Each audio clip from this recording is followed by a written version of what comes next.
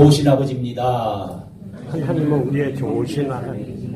오늘 큰 은혜 주실 줄로 믿습니다. 오늘 큰 은혜 주실 믿습니다. 주님이 주시는 물로 된 포도주라는 제목으로 말씀을 은혜를 나누도록 하겠습니다. 우리가 행복해지려고 하면은 많은 사람들이 말하기를 생각을 비관하는 생각보다 낙관적인 생각을 가진 사람이 행복해진다는 것입니다. 또 좋은 기분을 가지는 사람이 나쁜 기분을 가지고 사는 사람보다 성공을 한다고 합니다. 또 웃음을 많이 띠는 사람이 슬퍼하는 사람보다도 행복의 조건이 더 강해진다고 합니다. 감사를 많이 하는 사람이 불평하는 사람보다도 성공하고 행복하다는 겁니다. 또 도와주려고 하는 사람이 도움받으려고 하는 사람보다 훨씬 행복하고 성공한다고 합니다.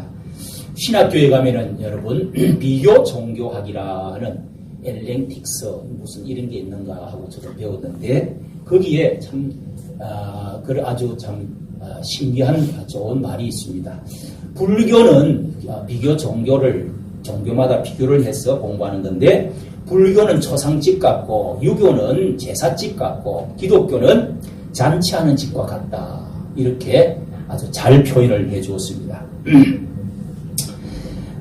우리 교회에 잘 나오시던 박덕감 할아버지는 저 산 동네에 외딴 집에 깃털집 같은 집에서 사시다가 전도를 가가지고 나오시게 돼서 몇십 년 만에 그렇게 해서 다시 신앙생활을 하시다가 97세가 돼서 항상 우리나라의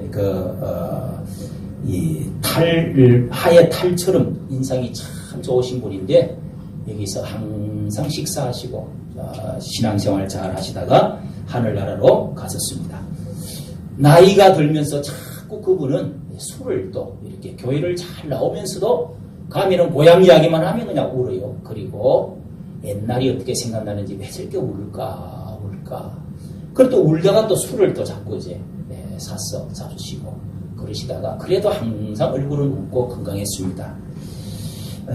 부인이 참 피부도 좋고 나이가 들었지만은 참 젊을 때 미인이었던 우리 교회에 나오시는 이하춘 우리 할머니 옛날에 아내를 제대로 잘 돌보지도 못하고 돈도 옳게 벌지도 못하고 자식들도 잘 뗀 자식도 별로 없고 그래서 그랬는지 이북 고향을 두고 온 고향만 생각하면 옛날 이야기만 하면 눈물이 나오는 것입니다.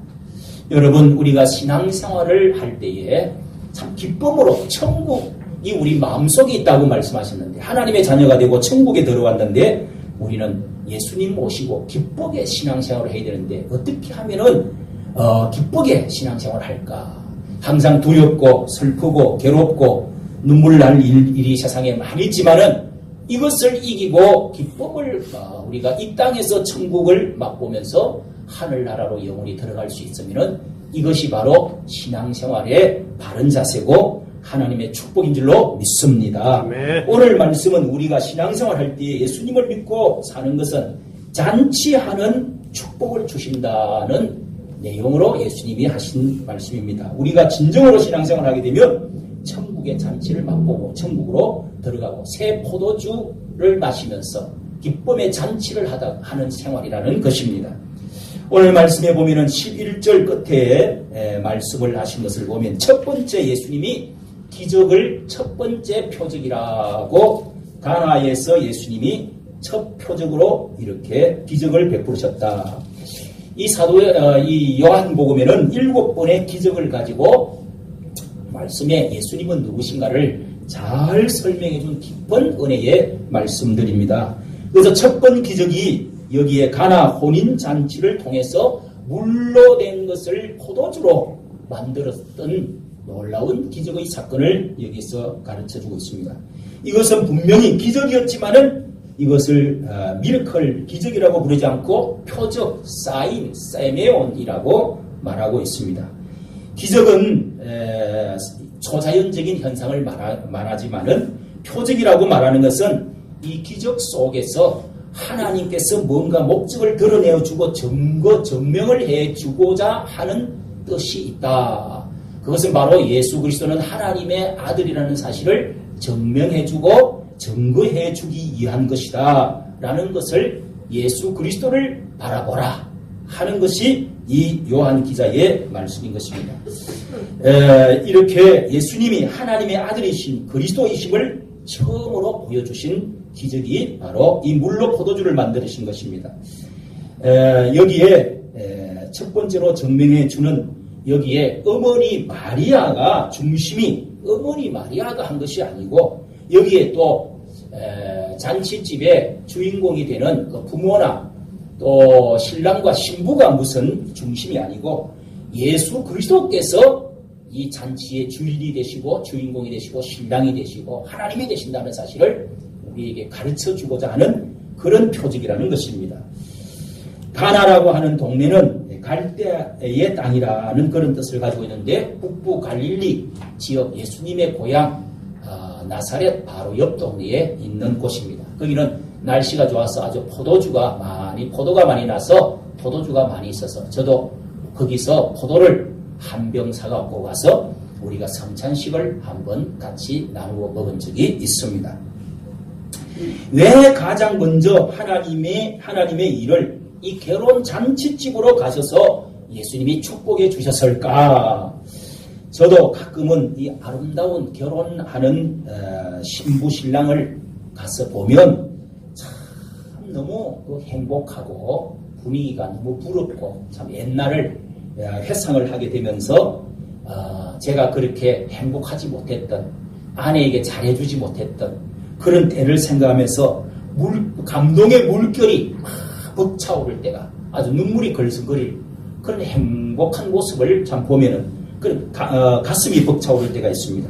예수님도 분명히 저렇게 결혼하는 모습을 볼 때 온 동네 사람들이 기뻐하고 절구하고 그 부모를 보고 그 신랑 신부의 싱싱하고 아름다운 모습을 볼 때 청춘 남녀의 아름다움 그 부모의 농사 지으면서 자식을 키우느라 구릿빛 얼굴 주름진 얼굴 그러면서 거기에 그러면서 손님을 접대하면서 기뻐하는 그 부모들을 보면서 예수님도 인생에 사는 것이 이렇게 젊음이 이렇게 좋은 것이구나 가정이 이렇게 귀한 것이구나 그 부모가 참 기쁘겠구나 우리가 왠지 남이 기뻐하는 것을 보면은 참 이렇게 그런 자리에 가서 보면은 기쁨이 같이 물밀듯이 밀려오는 것을 느끼죠. 예수님도 이것을 보면서 인생의 고난과 고생에서 자식 키우고 늙어가는 가장 큰 기쁨 아름다운 시간이 이때로구나 하면서 신랑 신부도 어머니 아버지 절을 할 때 참 누구나 감동에 부닥쳐서 나를 이렇게 키워줘가지고 이렇게 이제는 시집을 멀리 옛날에 요즘은 멀리 한 가지만은 멀리 가면 언제 보나 그렇게 하면서 그렇게 절을 할 때 크게 보면은 눈물을 참으려고 입술을 막 깨물고 그렇게 합니다. 우리 딸도 그날을 참으려고 그냥 이렇게 절대로 그냥 눈물 안 흘리려고 눈을 마주치지를 못했습니다. 저는 우리 딸을 나를 잡아놓고 결혼할 날을 잡아놓고 기도원에 며칠 전에 기도원에 올라갔는데 지난날을 딸을 낳아가지고 키우면서 내가 참 좀 잘해주지 못했던 걸 생각하면서 딸이 이제 남의 이제 총각한테로 넘어가고 그쪽 시집으로 가서 영원히 이제 그 집 사람이 되는구나 생각할 때 일기를 제가 이렇게 적어나가면서 눈물이 폭포처럼 흐르는 기도원에서 어디서 눈물이 그렇게 나오는지 폭포처럼 그냥 쏟아지는 경험을 했습니다. 부모의 심정들은 그런 것입니다. 청춘 남녀는 이때만큼 아름답고 행복한 순간이 인생에 다시는 없고 아이 낳고 이제 또 고생으로 들어가는 시간이기도 합니다. 인생에 잠시 지나면서 가장 아름다움과 큰 기쁨을 축복해주고 축복을 받고 또 기쁨을 느끼고 살아야 될 인생입니다. 예수님이 잔치집에 가신 예수님을 우리가 봅시다. 성경은 혼인잔치의 이야기가 특별히 많이 기록이 되어 있습니다. 성경 제일 첫 장 창세기 2장에서부터 아담과 하와를 만드시고 그렇게 에덴 동산에 두어서 결혼을 시켜가지고 남자와 여자가 가정을 이루게 하시더라. 이끌어 오셔서 예수님이 하나님이 주례를 쓰시고 가정을 만들어 주시는 그런 이제 말씀이 또 시와 같은 말씀이 있습니다. 그리고 또 이 요한계시록 끝에 성경 끝에 마지막에는 새 예루살렘이 하늘로부터 내려오는데 마침 예수 그리스도께서 우리를 신랑이 신부를 맞이하러 올 때 교회들이 신부가 되어가지고 신부가 신랑을 위해서 단장한 것 같더라 이러면서 새 예루살렘이 내려오는 표현을 말씀을 했습니다. 하나님과 이스라엘 백성들을 호세아 선지자는 말하기를 나는 네게 장가들었다. 너는 내 아내다. 이스라엘 백성들을 아내처럼 항상 말씀을 했습니다. 이사야서 54장 5절은 이는 너를 지으신 이가 네 남편이라고 선지자들은 말했습니다. 신약에서 예수님과 우리 성도들 관계, 교회 관계에 있어서는 신랑과 신부라고 항상 말을 합니다.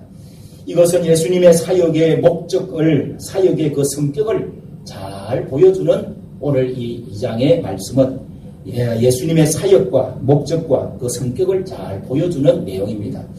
구약은 하나님의 죄를 지은 이 아담이 죄를 지어서 에덴 동산에서 쫓김을 받고 그리고 하나님은 사랑하여 주었는데도 또 사람은 범죄하고 또 도망가고 그러면서 하나님께 불순종하고 나라를 세워주었지만은 해방을 시켜주었지만은 땅을 주었지만은 선지자를 보내주었지만은 하나님이 복을 주고 또 율법도 만들어서 나라를 만들어주고 선택을 하고 거룩한 백성으로 하나님이 말씀하시고 제사를 지내고 했지만은 그러나 이 백성들은 자꾸 하나님을 멀리 떠나고 자꾸 죄를 짓고 또 품을 떠나기 때문에 선지자를 보내가지고 책망을 하시고 심판하시고 예언하시는 그런 말씀들이 성경에는 구약 성경에는 선지서 17권이나 써져 있습니다.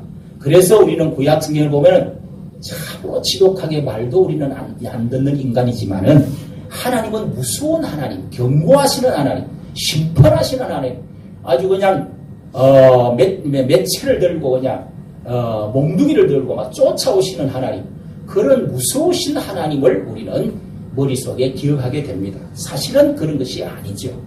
그런데 신약에 있어서 아들 예수님이 이 세상에 오셨을 때는 잔치하는 절로우신 하나님, 잔치하시는 예수님으로 성경에는 그렇게 표현되고 있습니다.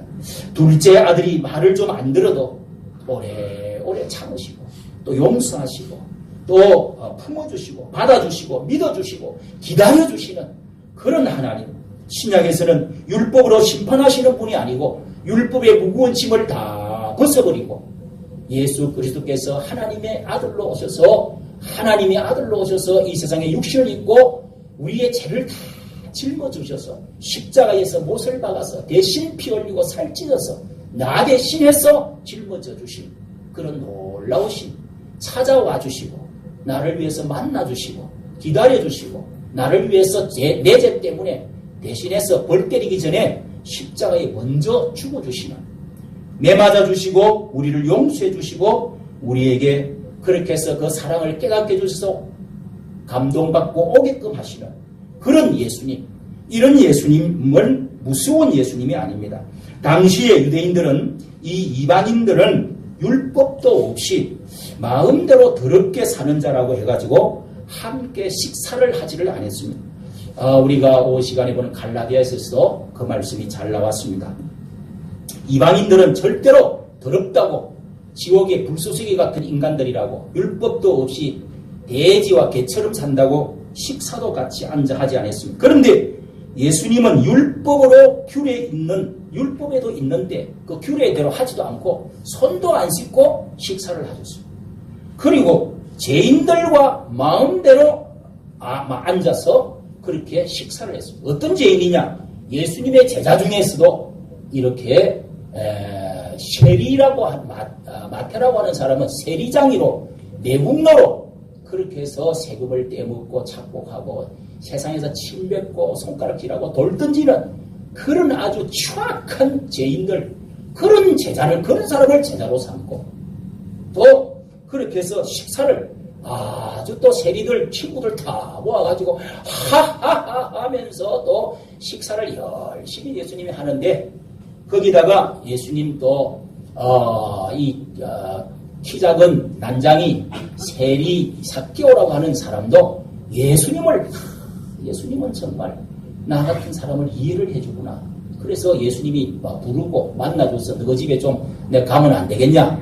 그렇게 해서 이 세리가 돈밖에 모르고 나라 팔아먹고 아주 더러운 아주 거머리 같은 그런 인간인데 그 집에 가서 그 식사를 하면서 그 사람들이 이 죄인들하고 자꾸 또 이상하게 간음하고 막 손가락 짓받는 여자도 또 예수님하고 같이 이렇게 식사하면서 뭐 발도 뭐 씻어주고 그렇게 하는 걸 보고 사람들이 우리는 바리새인들 우리는 율법을 몇천 년 동안이나 이렇게 잘 믿어보려고 금식도 매주마다 금식을 한 번 두 번 하고 기도하고 이렇게 하는데 당신들은 먹고 마시고 어째서 죄인들의 친구처럼 그렇게 하자는 인간들하고 그렇게 잔치를 벌리고 그러시오. 어떻게 일요일날 그렇게 지키지도 않고 이렇게 이 미리 이삭도 비벼 먹고 말이지. 그리고 병자도 고치고 그러시오. 이런 토론이 신약 성경에는 예수님과 토론한 이야기가 많이 기록이 되어져 있습니다. 여러분 그런 데서 많은 주님이 우리에게 교훈을 해주셨습니다. 좋은 분, 교회는 즐거운 것, 신앙생활을 마치 잔치처럼 베푼 임금님과 같다고 그러면서 마태복음 9장 10절 이하에 보면은 우리는 일주일에 금식도 하는데 당신은 날마다 하자는 사람들하고 먹고 마시기는 하냐고. 그러니까 그때 예수님은 대답했습니다. 신랑이 함께 있을 동안에는 기뻐하고 즐거워하고 신랑을 빼앗길 때는 그때는 금식해라. 신랑이 누구를 말합니까? 예수님이 오시면은 예수님이 옆에 있으면 신랑이라는 거예요. 잔치하는 거예요. 신랑이 빼앗길 때 그때가 있을 테니까 당신들은 그때 가서 금식하게 될 것이요. 이렇게 예수님이 말하시면서 나는 죄인을 이 세상에 건강한 자에게는 의인이 쓸데없고 또 죄인을 부르러 나는 의인을 부르러 온 것이 아니라 죄인을 부르러 왔느니라. 얼마나 은혜로운 말씀을 해주셨습니다. 요즘은 너무 잔치집에 가면 도장 찍어내듯이 두부 잘라내듯이 그냥 밥만 먹고 빨리빨리 30분 만에 끝내. 그렇게 하고 돈 내고만 돌아오는 밥만 먹고 팽하게 돌아오는 그런 정형화되어진 재미가 없는 그런 잔치를 합니다. 그러나 옛날에는 참 잔치 맛이 났죠. 며칠간 계속 잔치를 합니다.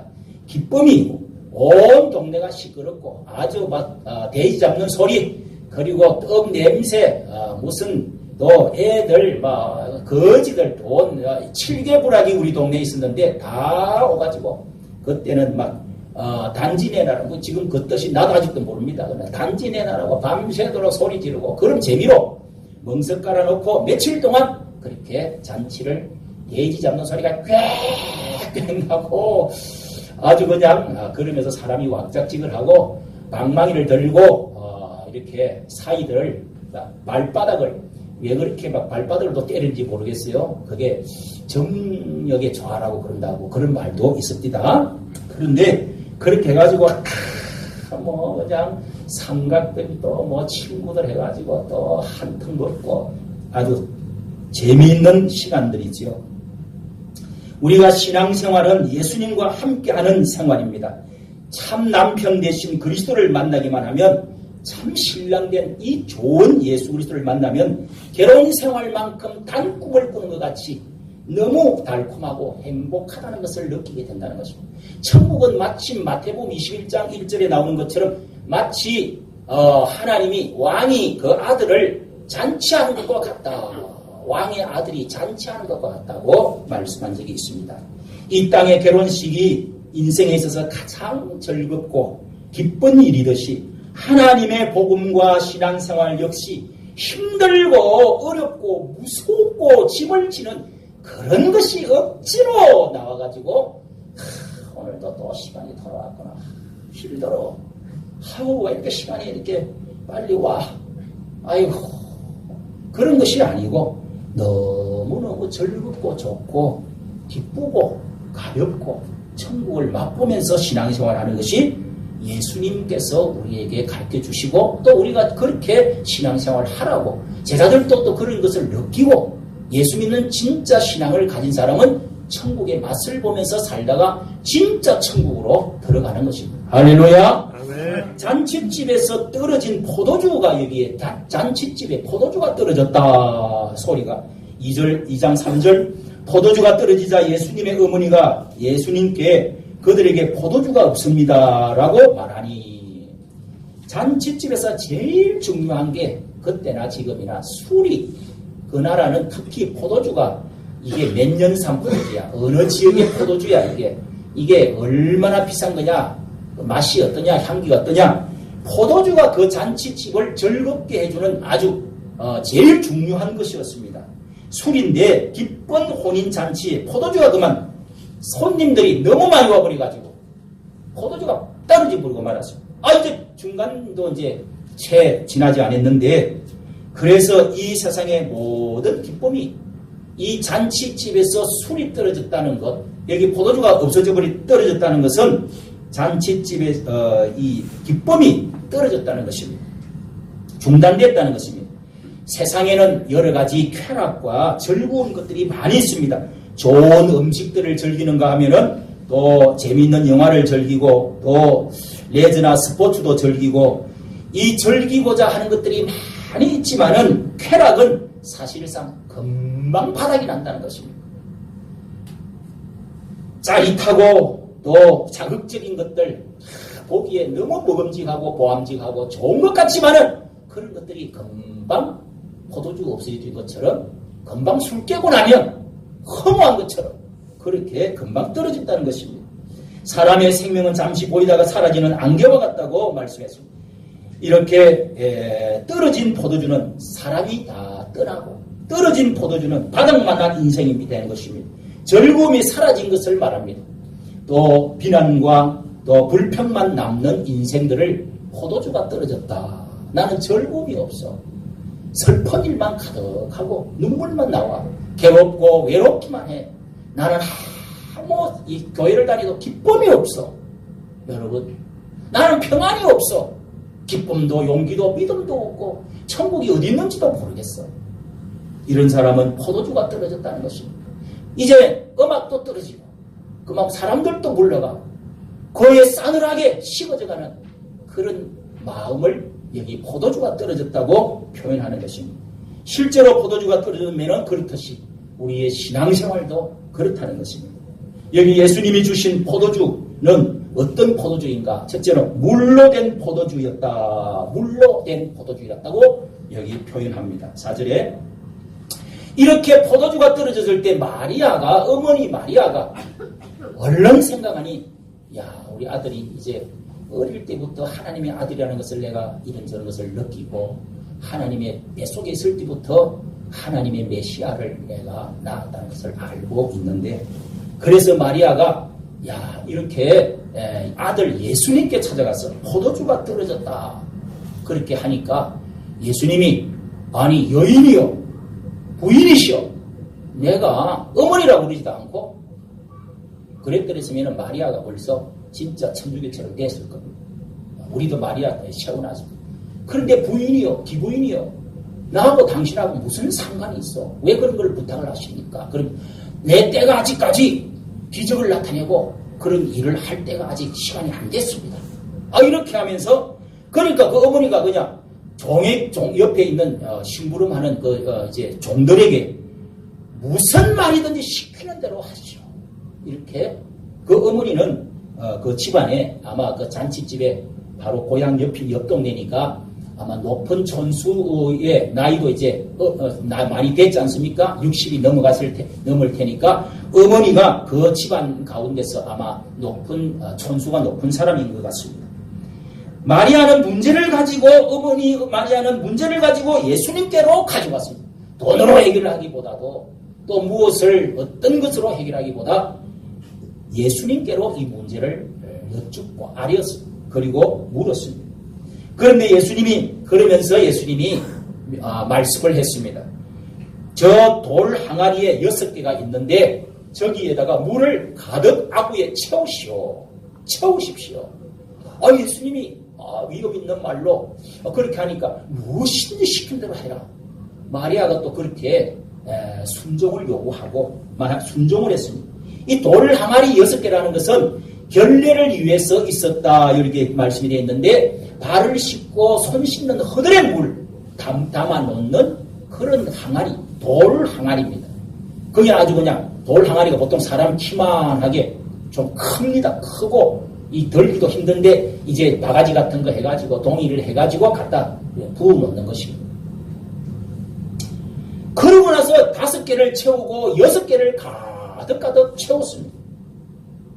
항아리를 가득 채워 놓으니까 마리아 어머니는 이 시키는 대로 하라고 할 때 마리아 어머니도 아들의 말을 예수 그리스도를 하나님의 아들의 말로 듣고 그렇게 해서 부탁을 했던 것입니다.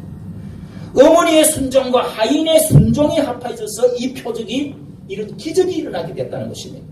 떠서 갖다 주라. 그랬더니 또 갖다 주었어요. 그러니까 물을 채우라 그러니까 채우고 갖다 주라 그러니까 갖다 주었다. 이렇게 되어 있습니다. 순종이 여러분 어머니부터 종으로부터 모든 사람들이 일하는 사람들이 일꾼들이 순종이 얼마나 중요한지 순종하지 않고서는 아무것도 안 일어난다는 것입니다. 믿음으로 예수님이 하나님의 아들이다. 하나님이시라는 사실을 알고 처음 예수를 믿을 때부터 순종을 배우고 예수 그리스도가 누구인지를 알고 순종을 배울 수 있어야 됩니다. 그래야 표적이 일어나고 기적이 일어나는 것입니다. 어머니가 이 기적을 나타낸 것이 아닙니다. 어머니도 하나님의 아들을 믿는 믿음으로 순종할 때 이 기적이 일어난 것입니다. 이 가정이 다시금 살아난 것입니다. 맹물이 포도주로 쓸모없는 허들에가 다시금 쓸모있는 귀한 존재로 변했다는 것입니다. 두 번째로는 나중 포도주, 더 좋은 포도주로 변했다. 나중 포도주, 더 좋은 포도주라는 말이 9절에 있습니다. 물이 된 포도주가 아니라 포도주가 된 물을 맛보고 포도주가 된 물이라고. 여러분, 물하고 포도주는 완전히 다른 것입니다. 화학적으로 다릅니다. 그걸 어떻게 물을 푼다고 되는 게 아니고 끓인다고 될 문제가 아닙니다. 이것은 분명히 요소가 다르고 물질이 다른 것입니다. 향기와 맛이 다른 것입니다. 그래서 사람들이 감탄하게 되었습니다. 이야, 어디서 이런 맛이, 어디서 이런 향기가 나오게 되었어. 이것은 전에 주었던 것보다 다른 포도주다. 우리 이 지역에서 맛볼 수 없는, 이 지역에서 나는 게 아닌데 특산품이네 이거. 그러면서 사람들이 말합니다. 아니, 앞에 먹었던 술보다도 사람들은 먼저 좋은 것부터 주는데 좋은 거 내놓고 나중에 늦게 오는 사람들이나 주고 떨어지면 적당히 섞어서 주고 그렇게 하는 건데 값싼 것은 나중에 내놓고 비싼 것을 앞에 내놓는데 어떻게 해서 이 집은 더 갈수록 비싼 것이 포도주를 주시는 거요. 참으로 신기하고 더 비싼 거 나중 것이 더 좋다. 이러면서 감탄을 했습니다. 여러분, 우리 인생은 전보다도 후반이 더 좋은 사람이 있습니다. 우리 인생은 값싼 인생, 허들의 인생이 있는가 하면은 예수 그리스도를 만나고 나서 확실히 달라졌다. 야, 이 사람은 비싼 사람이야. 함부로 될 사람이 아니야. 이 사람은 정말 가치 있는 사람이야. 이렇게 여러분 여김 받을 수 있어요. 그런 사람이 예수 그리스도를 만났을 때, 순종했을 때 천국을 맛보는 사람들, 예수 그리스도를 믿는 사람들은 이렇게 변화된다는 것입니다. 이럴 때 여러분 천국의 맛을 보고 행복을 하고 성공의 사람이 되어지고 가치 있는 사람이 된다는 것입니다. 예수 믿기 전에 사람들을 우리는 그런 시대를 BC, Before Christ, BC라고 그러지 않습니까? 어떤 사람은 이 BC를 비실비실 시대, 예수님을 만나기 전에 나는 비실비실이었다. 비시비시. 그런데 예수 그리스도를 만나고 난 이후의 시대를 AD라고 그럽니다. 아노 도미네, 예수 그리스도 이후라는 그런 뜻이 있는데 그런 시대에 예수 그리스도를 만난 이후의 AD를 아트 디자인. 나는 예술품으로 디자인된 사람이야. 할렐루야. 아멘. 아멘. 알아듣는 사람은 아멘 하시기 바랍니다. 아멘. 나는 예술품과 같이 디자인된 하나님의 손으로 다시금 다듬어진 성. 비실비실이가 하나님의 예술품으로 다시금 태어났다는 것입니다. 그들의 쓸모없는, 맛도 없는, 향기도 없는 물탱이 같은 그런 존재가 사람들이 감탄도 하고 전보다는 어떻게 놔둔 것이 좋다. 또 분량이 다르네. 당신은 맛이 달라졌어. 향기가 달라졌어. 어딘가 사람이 말과 행동과 생각하는 게 달라. 가는 방향과 삶의 목적이 달라. 가치관이 다르고 행동이 달라. 구정물에서 향수로 변했네. 여러분, 이런 말을 우리가 들을 수 있어야 되는 것입니다. 이것이 바로 우리가 예수를 믿고 나서 천국이 우리 속에 들어왔다는 증거입니다. 물이 포도주로 변했다는 것입니다. 잔치집에 싸그리 식어가는 기쁨이 없는 세상에서 기쁨을 누리고 살 수 있는 행복의 사람이 됐다는 것입니다. 여러분들 이런 사람 되시기를 예수님의 이름으로 축원합니다. 아멘. 결론적으로 여러분, 사랑하는 성도 여러분 말씀드립니다. 우리는 오늘 처음 포도주, 떨어진 포도주, 물로 된 포도주, 나중에 좋은 포도주, 이런 말씀들을 우리가 들었습니다. 수많은 사람들이 예수님을 믿고 예수님과 함께 믿고 같이 함께 산다고 하지만은, 신앙생활을 한다고 하지만은, 예수님께로 하나님께로 돌아왔다고 하지만은, 하나님의 자녀가 되었다고 하지만은, 천국에 들어왔다고 하지만은 슬프고 무겁고 집을 지고 종처럼 율법의 집을 가득 지고 근심과 걱정으로 한없이 나홀로 외롭게 기도하지 않고 하나님의 말씀을, 아버지의 말은 깃떡으로도 듣지도 않고 그렇게 묻지도 않고 노래하지도 않고 나 혼자 그냥 방황하면서 슬픔과 외로움과 무거운 괴로운 짐을 지고 인상 쓰고 그렇게 살아가는 사람은 없습니까? 우리가 괴로운 이 세상을 지나면서 주 안에서 잔치하는 즐거운 낙을 누릴 수 있어야 됩니다. 그것이 신약 성경에 예수님이 잔치 모든 제자들에게, 모든 주님을 따르는 사람들에게 이런 기쁨을 주기를 원하시면서 가나 혼인잔치부터 가정부터 살려야 되겠다. 그 감격스러운 아름다운 부부를, 신랑 신부를 보고 그 어머니 아버지를 보고 동네 사람들을 보면서 예수님도 감동을 하신 것입니다. 축복을 해주신 것입니다. 여러분도 이런 축복을 받으시기를 예수님 이름으로 축원합니다. 아멘. 제가 대개원에서 저 셋집에, 벨레민 대개원이라는 동네에 살면서 셋집에 살 때에 옆방에 40살 정도 먹는 여자가 또 새를 들어왔습니다. 같은 마당 안이 집인데 또 새를 여러 사람이 들고 있었습니다. 그런데 이 여자가 어느 옆에 저기 안에 왕릉 있는 그 세조 왕릉 있는 그 아래쪽으로 살다가 이렇게 왔다는 소리를 들었는데, 교회도 다녔다는 이야기를 들었는데 소문이 좀 났어요. 약간 머리가 가마시 갔어. 어쩌다가 남편이 어떻게 됐는지, 심한 스트레스 받았는지, 그래서 약간 좀 이상한데, 몸에 이제 살이 조금 불어났어.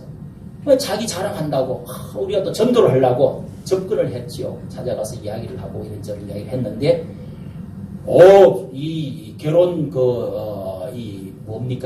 사진들, 사진첩, 그거를 그냥 두세 개를 갖고 오는데, 보니까 진짜 이분이 엘리트요. 아주, 말하면 다 알 수 있는 스카이 대학에 다 나와가지고, 거기다가 무용을 했던 사람이에요. 연극관가 이렇게 하고 무용인가 그런 예술계통으로 했는 사람인데, 어쩌다가 이렇게 참 남의 처마 밑에 와서 이런 집에서 살고 이런 앨범을 이렇게 참 귀한 집 딸이 어떻게 이렇게 됐을까 참 걱정을 했는데, 어느 날 그 앨범들이 전부 다 뒷창문으로 집어 던져가지고 그게 막 찢어지고 이렇게 해서 날라서, 사진들이 날라서 다녀요. 그 사진을 보면서 사람이 그러면서 다 망가지고 미치고 이상하게 돼가지고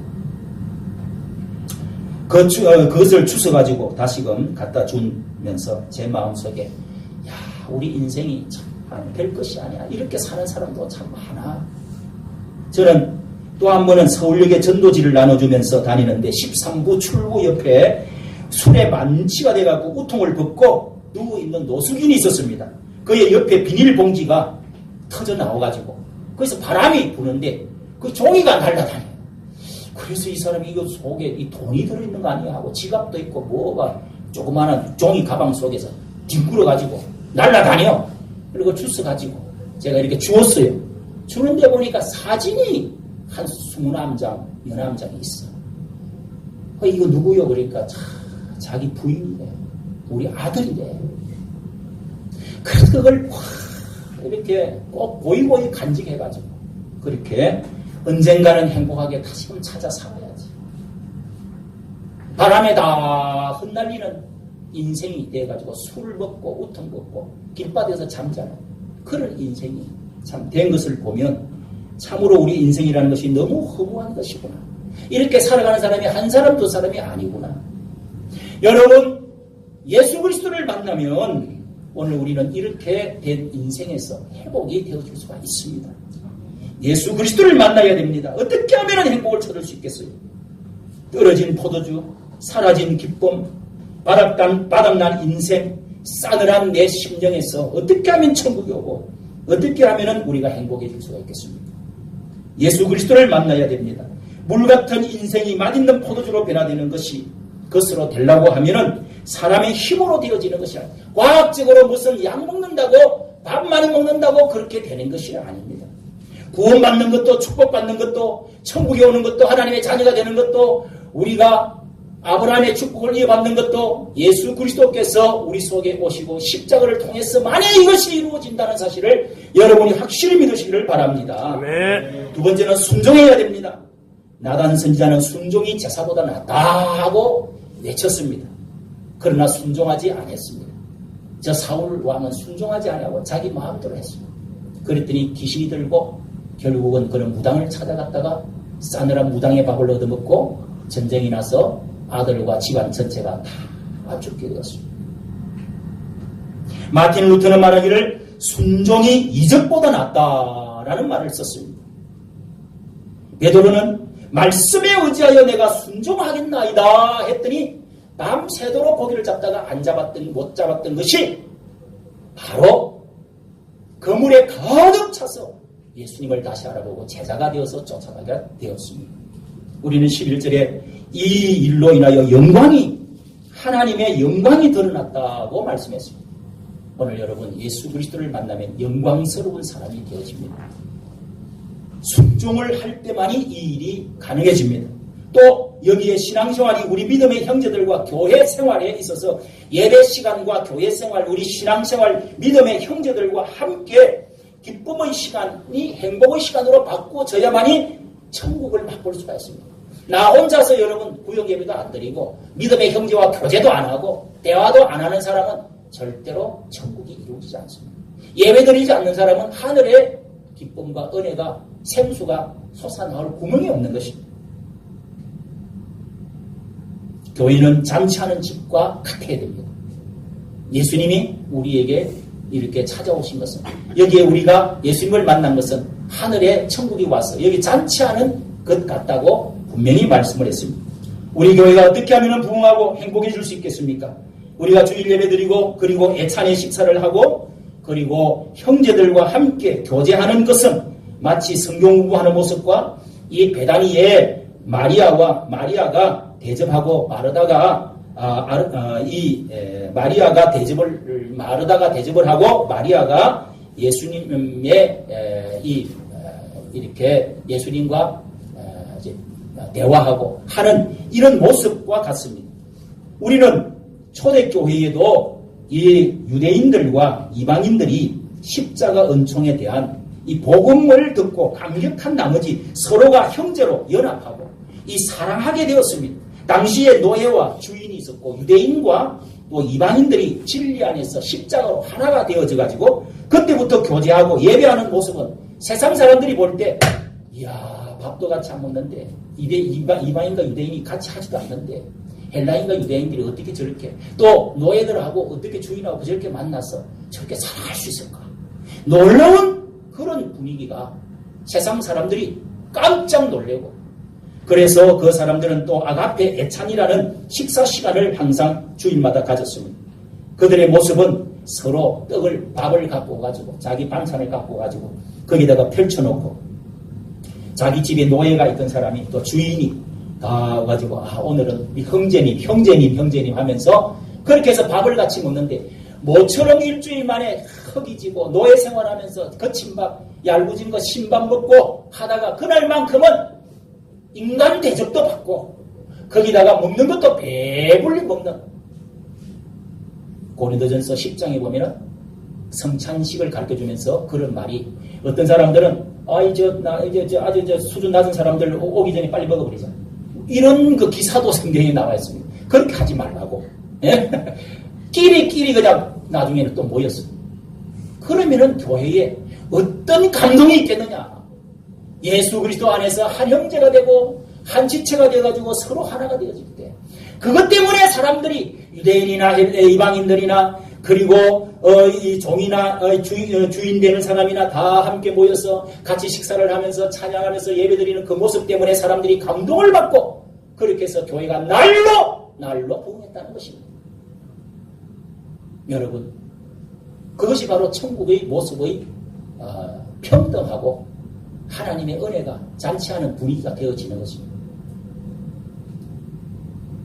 예수님이 우리에게 포도주를 마지막 식사를 하시면서도 우리에게 포도주를 나눠주면서 이것은 내가 너희에게 흘려주는 피라 마시고 영원한 언약으로 변하지 않도록 하자. 서로 사랑하라 하면서 발을 씻어 주신 적이 있습니다. 성도 여러분 우리가 이렇게 어떻게 하면은 주 안에서 행복하겠습니까? 어떻게 하면은 천국의 잔치를 맛보면서 신앙생활을 할 수 있겠습니까? 어떻게 하면 성공하면서 살아갈 수 있겠습니까? 오늘 이 시간에 예수님을 영접하고 슬픔과 괴로움과 외로움이 없어지고 마음에 잔치하는 기쁨이 있기를 원하시는 분은 아멘 하시기를 바랍니다.